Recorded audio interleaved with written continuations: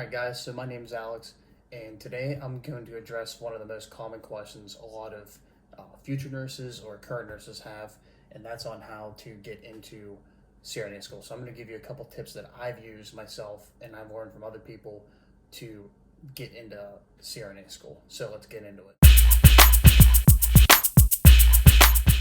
Alright guys, so starting off, so when you want to look into being a CRNA or want to go that route, whether you're currently a nurse, maybe you are somebody that who wants to pursue nursing and always thought, oh, the CRNA route is really cool and how they can provide anesthesia and keep our patients comfortable.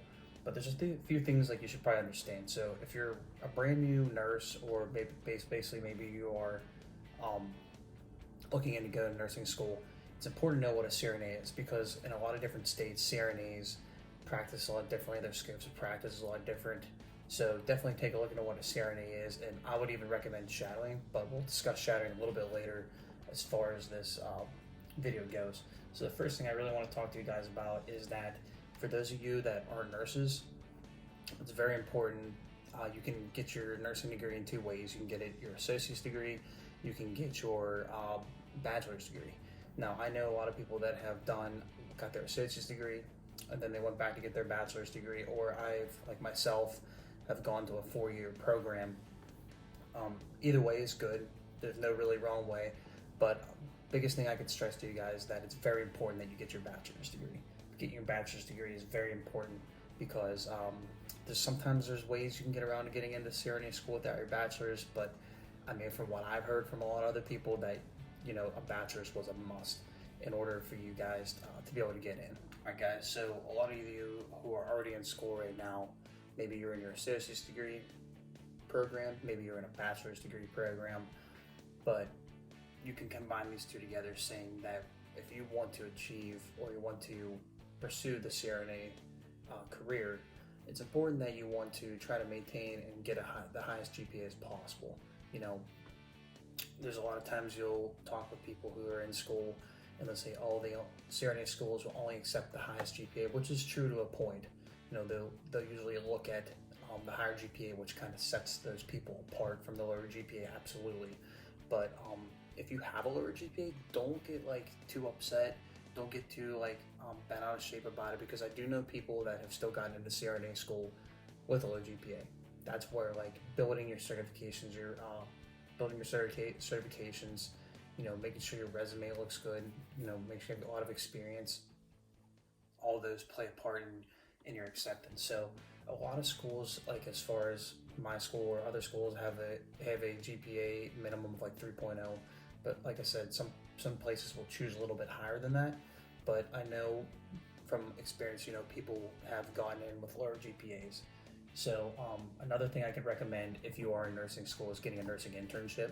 Nursing internships are really important as far as just helping you transition to the nursing role. I had a nursing internship in the CCU and the CVICU, and I felt that come my senior year of my bachelor, when I was taking my bachelor degree, I was a little bit more prepared, and it even helped me obtain a job. So you kind of get to know people on the unit, and then hey, if you end up performing well and they end up liking you really well, you can actually get a job in the future, which will can propel you forward in your CRNA career.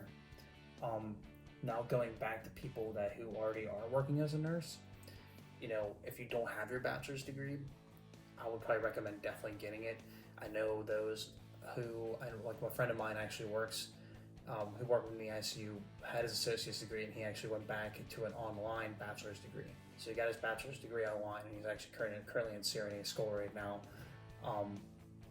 So it's definitely not impossible. Always try to achieve your dreams no matter what. For those who are working as a nurse as well, an important thing to do is if you're working on the floor, you want to get into an ICU or possibly maybe an ER, but more likely an ICU, because a lot of the CRNA schools usually require anywhere from 1 to 3 years. That's a broad, usually it's 1 year or 1 to 2 years, just kind of depends on the school. But I'm going to give you a range of 1 to 3 years of experience in the ICU, which can just kind of make you stand out and make sure you have the proper experience before you start moving into the CRNA role. Again, for you guys who are already nurses out there wanting to go into CRNA school, maybe you already have your bachelor's degree, maybe you already have your ICU experience already, maybe you're like, okay, I'm ready to move and take this next step. One thing I can really recommend is getting your certifications.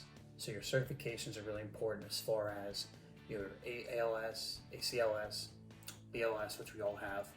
And some people have it, some people don't, and that's your PALS.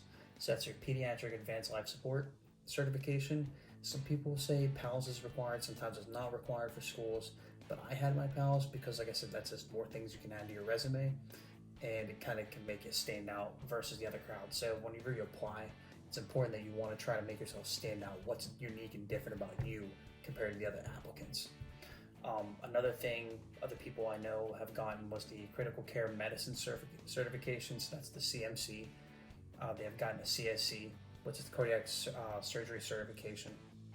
I haven't gotten those, but one of the biggest certifications I can recommend you getting is the CCRN. So basically, that is the a critical care examination test that's through the AACN, and basically that is like a test that shows that you have like your general knowledge in critical care. Not a lot of CRNA schools require it, but it's also like one of those good things, like I was saying earlier, you know, it makes you stand out versus other people. It just makes you look better on paper and makes you more likely to, you know, be considered for maybe an interview or something like that.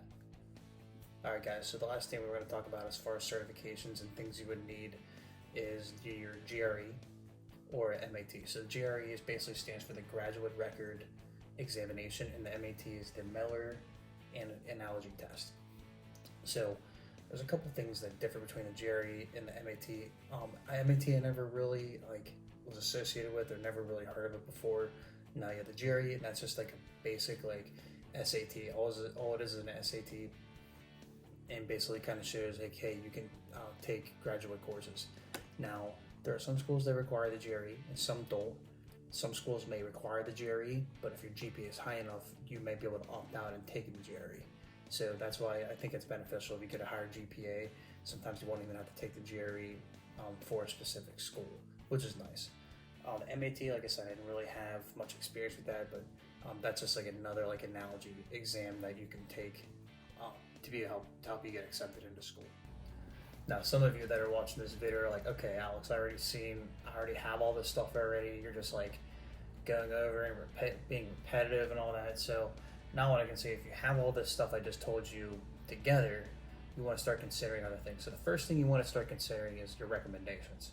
So recommendations could be from maybe a manager, a supervisor in your unit. I recommend maybe having a CRNA who you maybe shadowed with, be one of your recommendations. You can have maybe a teacher. So a teacher from your undergraduate can also be a recommendation. As far as your resume goes, you want to kind of update your resume, fine tune it, add the things you had gotten your certifications to, make your resume a little bit more compact. You can work on your personal essay, because a lot of schools require a personal essay. In another video, I'll talk about my personal essay and what you can do is to help refine yours. You want to get your transcripts together, so get your transcripts all together, and you want to make sure that those are all together, updated, and ready to be sent out. And lastly, biggest thing I can recommend as far as shadowing goes, I shadowed anywhere from about 50 to 60 hours. So you guys are like, oh my gosh, that's really crazy, but shadowing is really important, especially for me, just to make sure that you really want to do this job and you have an idea of what a CRNA does, because obviously when you shadow for that little amount of time, it's not going to give you the full perspective, but it can give you an idea of what you're going to get into. So I can highly recommend is shadowing. And what I did was, when I shadowed, I made a little template in Excel. So I would log all my hours I shadowed, what type of cases I seen, the CRNA I shadowed with, and I'd have a signature from that CRNA, and I would include that with my resume and my other documents to show okay, to the CRNA school, this kid shadowed, and it can make you stand out a little bit more versus the other people. So just kind of giving you guys an idea of what I did as as an overview of everything we talked about. So I graduated school with a 3.8 GPA, and I actually had an internship at a CCU step down and a CVI and a cardiac intensive care. I had over 2 years of ICU experience in in the CVICU, and I also obtained my CCRN, and then I shadowed for around 60 hours, like I just told you guys.